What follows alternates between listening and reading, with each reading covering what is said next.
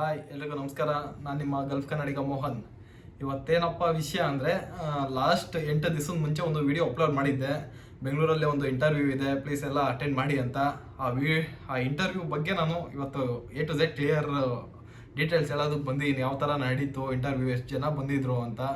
ಹಾಗಾಗಿ skip ಮಾಡ್ದಿರೋ full ಕೊನೆವರೆಗೂ ನೋಡಿ ಈ ವಿಡಿಯೋನ. ಅದರಲ್ಲಿ ಖುಷಿ ಏನಪ್ಪ ಅಂದರೆ, ಈ ನನ್ನ ವಿಡಿಯೋ ನೋಡ್ಕೊಂಡು 4 ಜನ ಸಬ್ಸ್ಕ್ರೈಬರ್ಗಳನ್ನ ನನ್ನ ಕಾಂಟ್ಯಾಕ್ಟ್ ಮಾಡಿದ್ರು. ಬಟ್ ಅವ್ರಿಗೆ ನಾನು ಎಲ್ಲ ಡೀಟೇಲ್ಸ್ ಎಲ್ಲ ಹೇಳಿದ್ದೆ. ಲೊಕೇಶನ್ ಬಂದು ಸದಾಶಿವನಗರ ಅಂತ ಹೇಳಿದ್ದೆ, ಬಟ್ ಕೊನೆ ಸ್ಟೇಜಲ್ಲಿ ಲೊಕೇಶನ್ ಚೇಂಜ್ ಆಗಿದೆ. ಅದು ಬಂದು ಶಿವಾಜಿನಗರ ಇಂಟರ್ನ್ಯಾಷನಲ್ AJ ಹೋಟೆಲ್ ಅಂತ, ಆ ಹೋಟೆಲಲ್ಲೇ ಇಂಟರ್ವ್ಯೂ ಆಗಿದೆ. ಆ ಇಂಟರ್ವ್ಯೂ ಯಾವ ಥರ ಆಗಿದೆ ಅಂದರೆ, ನಮ್ಮ ಸಬ್ಸ್ಕ್ರೈಬರ್ ಯಾರು 4 ಜನ ಹೋಗಿದ್ರು ಅವರು ನನಗೆ ಎಕ್ಸ್ಪ್ಲೈನ್ ಮಾಡಿದ್ರು ಯಾವ ಥರ ಏನಾಗಿತ್ತು ಅಂತ. ಮೊದಲನೇದಾಗಿ ನಮ್ಮ ಸಬ್ಸ್ಕ್ರೈಬರಲ್ಲಿ 2 ತಮಿಳ್ನಾಡವರು, ಇನ್ನಿಬ್ರು ಮಂಗಳೂರಿನ ಕಡೆಯವರು. ಅವರು 4 ಜನನು ಅಟೆಂಡ್ ಮಾಡಿದ್ರು. ಹಾಗಾಗಿ ಹೇಗಾಯಿತು ಅಂದರೆ, ಫಸ್ಟ್ನೇ ರೌಂಡಲ್ಲೇ ಎಕ್ಸಾಮ್ ಇತ್ತಂತೆ. ಮೊದಲನೇದಾಗಿ ಯಾವ ಕಂಪ್ನಿದು ಅಂತ ಹೇಳ್ಬಿಡ್ತೀನಿ. ನಾನು ಲಾಸ್ಟ್ ವಿಡಿಯೋದಲ್ಲಿ ಹೇಳ್ದಂಗೆ ನಾನು ಹೇಳಿದ್ದೆ BMW, Audi ಅಥವಾ JLR ಅಂತ ಹೇಳಿದ್ದೆ. ನಾನು ಹೇಳ್ದಂಗೆ JLR ಅಂದರೆ ಈ ಜಾಗ್ವಾರ್ ಇದೆಯಲ್ಲ, ಜಾಗ್ವಾರ್ ಲ್ಯಾಂಡ್ ರೋವರು, ಅದ್ರದ್ದು ಆ ಕಂಪ್ನಿದು ನಮ್ಮ ಸೌದಿ ಅರೇಬಿಯಾ ಬ್ರಾಂಚ್ಗಳಿಂದ ಹೋಗಿರೋದು ಇಂಟರ್ವ್ಯೂಗೆ. ಫಸ್ಟ್ನೇದು ಬಂದು ಎಕ್ಸಾಮ್ ಇತ್ತಂತೆ. ಫಸ್ಟು ಅದರಲ್ಲಿ ಎಷ್ಟು ಜನ ಕ್ಯಾಂಡಿಡೇಟ್ಸ್ ಬಂದಿದ್ರು ಅಂದರೆ ಇಂಟರ್ವ್ಯೂಗೆ, 700 ಜನ, 700 ಕ್ಯಾಂಡಿಡೇಟ್ಸ್ ಬಂದಿದ್ರು ಇಂಟರ್ವ್ಯೂಗೆ. ಅರ್ಥ ಮಾಡ್ಕೊಳ್ಳಿ ಎಷ್ಟು ಟಫ್ ಆಗಿರುತ್ತೆ ಅಂತ.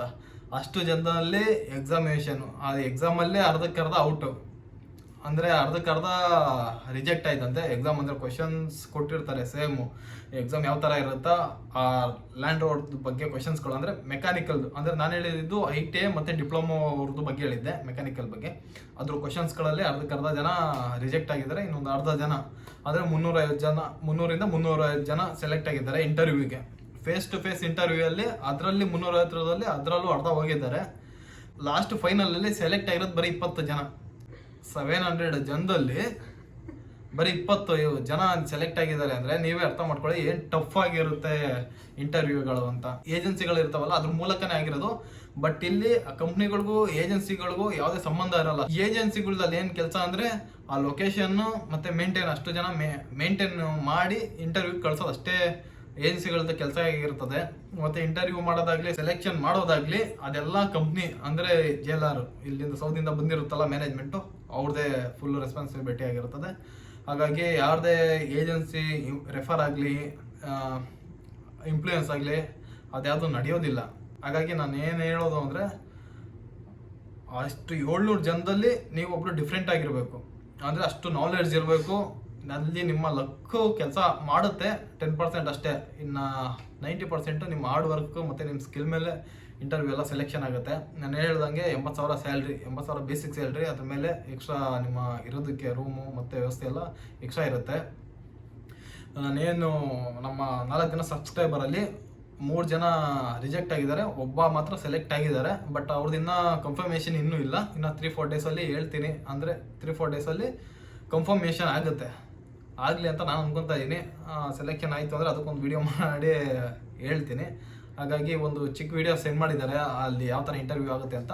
ಅಷ್ಟು ಜನ ಕ್ರೌಡ್ದು ಅದೊಂದು ವಿಡಿಯೋ ಪ್ಲೇ ಮಾಡ್ತೀನಿ, ಒಂದ್ಸಲ ನೋಡಿ.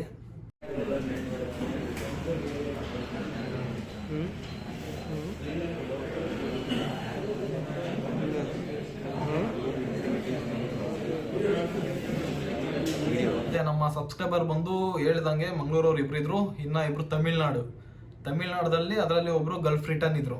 ಗಲ್ಫ್ ರಿಟರ್ನ್ನೇ ಇವಾಗ ಸೆಲೆಕ್ಷನ್ ಆಗಿರೋದು, ಅಂದರೆ ಪೆಂಡಿಂಗಲ್ಲಿ ಇರೋದು, ಇನ್ನೂ ಕನ್ಫರ್ಮೇಷನ್ ಆಗಿಲ್ಲ, ಇನ್ನು ಸೆಲೆಕ್ಟ್ ಆಗಿದ್ದಾರೋ ಏನೋ ಅಂತ. ಇನ್ನು 3-4 ಡೇಸಲ್ಲಿ ಗೊತ್ತಾಗುತ್ತೆ ನೋಡಿ. ಅಷ್ಟು ಟಫ್ ಗಲ್ಫ್ ರಿಟರ್ನ್ ಆದ್ರೂ ಇನ್ನೂ ಕನ್ಫರ್ಮೇಷನ್ ಇಲ್ಲ. ಹಾಗಾದರೆ ನೀವೇ ತಿಳ್ಕೊಳ್ಳಿ ಎಷ್ಟು ಟಫ್ ಆಗಿರುತ್ತೆ ಇಂಟರ್ವ್ಯೂಗಳು ಅಂತ. ಹಾಗಾಗಿ ನಾನೇನು ಹೇಳೋದು ಅಂದರೆ, ನೀವು ಯಾವುದೇ ವರ್ಕ್ ಫೀಲ್ಡಲ್ಲಿ ಇರಲಿ, ಅದರಲ್ಲಿ ನೀವು ಸ್ವಲ್ಪ ಡಿಫ್ರೆಂಟ್ ಆಗಿರಬೇಕು, ಆ ಥರ ಸ್ಕಿಲ್ ಬೆಳೆಸ್ಕೊಳ್ಳಿ. ಅದಕ್ಕೆ ನಾನು ಏನು ಹೇಳ್ತಾ ಇದ್ದೀನಿ ಅಪ್ಪ ಅಂದರೆ, ಯಾವುದೇ ವರ್ಕ್ ಫೀಲ್ಡ್ ಇರಲಿ, ನೀವು ಸ್ವಲ್ಪ ಡಿಫ್ರೆಂಟ್ ಆಗಿರೋದು, ಆ ಥರ ನಿಮ್ಮ ನಾಲೆಡ್ಜ್ ಬೆಳೆಸ್ಕೊಳ್ಳಿ. ಯಾವುದೇ ವರ್ಕ್ ಇದ್ರೂ ಅದರಲ್ಲಿ ಎಲ್ಲರಿಗಿಂತ ನೀವು ಡಿಫ್ರೆಂಟ್ ಆಗಿರಬೇಕು. ಆ ಥರ ಇದ್ಕೊಂಡು ಈ ಥರ ಗಲ್ಫ್ ಇಂಟರ್ವ್ಯೂಗಳಿಗೆಲ್ಲ ಅಟೆಂಡ್ ಮಾಡಿ ಪಕ್ಕ ಸೆಲೆಕ್ಷನ್ ಆಗ್ತೀರಾ. ಯಾವ ವರ್ಕ್ ಮಾಡ್ತಾ ಇರೋದು, ಇವಾಗ ಏನೋ ಒಂದು ಎಕ್ಸಾಂಪಲ್ ಕೊಡ್ತೀನಿ. ಇವಾಗ 100 ಜನದಲ್ಲೂ ನೀವು ಒಬ್ಬರಾದರೆ ಏನು ಯೂಸ್ ಇಲ್ಲ. ಆ 100 ಜನದಲ್ಲಿ ನೀವೇ ಒಬ್ಬರು ಸಪ್ರೇಟ್ ಆಗಿರಬೇಕು, ಅಂದರೆ ಅಷ್ಟು ಸ್ಕಿಲ್ ಇರಬೇಕು, ಅಷ್ಟು ಡಿಫ್ರೆಂಟ್ ಆಗಿರಬೇಕು. ಏನೋ ವರ್ಕ್ ಕೊಟ್ಟ ಅಂದ್ರೂ ಅದನ್ನು ಅವ್ರಿಗಿಂತ ಡಿಫ್ರೆಂಟಾಗಿ ಏನೋ ಫಾಸ್ಟಾಗಿ ಮಾಡೋದು ನೀವು ಕಲ್ತಿರಬೇಕು. ಆಗಿದ್ದ ಅಂದರೆ ನಿಮಗೆ ಗಲ್ಫ್ ಆರಾಮಾಗಿ ಬನ್ನಿ. ಹಂಗೆ ಹೇಳ್ತಾ ಮತ್ತೆ ಇನ್ನೂ ನನ್ನ ಚಾನಲ್ಗೆ ಇನ್ನೂ ಯಾರು ಸಬ್ಸ್ಕ್ರೈಬ್ ಮಾಡಿಲ್ಲ, ಸಬ್ಸ್ಕ್ರೈಬ್ ಮಾಡಿ. ನಿಮಗಾಗಿ ಮತ್ತೆ ವೀಡಿಯೋಸ್ಗಳನ್ನ ತರ್ತಾ ಇರ್ತೀನಿ. ಹೊಸ ಹೊಸ ಜಾಬ್ಗಳು ಯಾವುದಾದ್ರು ಇರುತ್ತೋ ನನಗೆ ಕಮೆಂಟ್ ಮಾಡಿ, ನಾನು ಖಂಡಿತ ಅದ್ರ ಬಗ್ಗೆ ವಿವರಣೆ ಕೊಡೋಕ್ಕೆ ಪ್ರಯತ್ನ ಮಾಡ್ತೀನಿ ಅಂತ ಹೇಳ್ತಾ ಇಲ್ಲಿಗೆ ಈ ವಿಡಿಯೋ ಮುಗಿಸ್ತಾ ಇದ್ದೀನಿ. ಥ್ಯಾಂಕ್ ಯು, ಧನ್ಯವಾದ. ನಾನೇನು ಹೇಳಿದ್ದೆ 8 ದಿವಸ ಮುಂಚೆ ವಿಡಿಯೋ ಅಪ್ಲೋಡ್ ಮಾಡಿದ್ದೀನಿ ಅಂತ, ಅದು ಈ ವಿಡಿಯೋ ಫುಲ್ ಎಂಡಿಂಗ್ ಆದಮೇಲೆ ಬರುತ್ತೆ ಹೋಮ್ ಸ್ಕ್ರೀನಲ್ಲಿ. ಅದನ್ನು ಕ್ಲಿಕ್ ಮಾಡಿ 8 ದಿವಸ ಮುಂಚೆ ಏನು ಅಪ್ಲೋಡ್ ಮಾಡಿದ್ದೆ ವಿಡಿಯೋ ನೀವು ನೋಡಿ.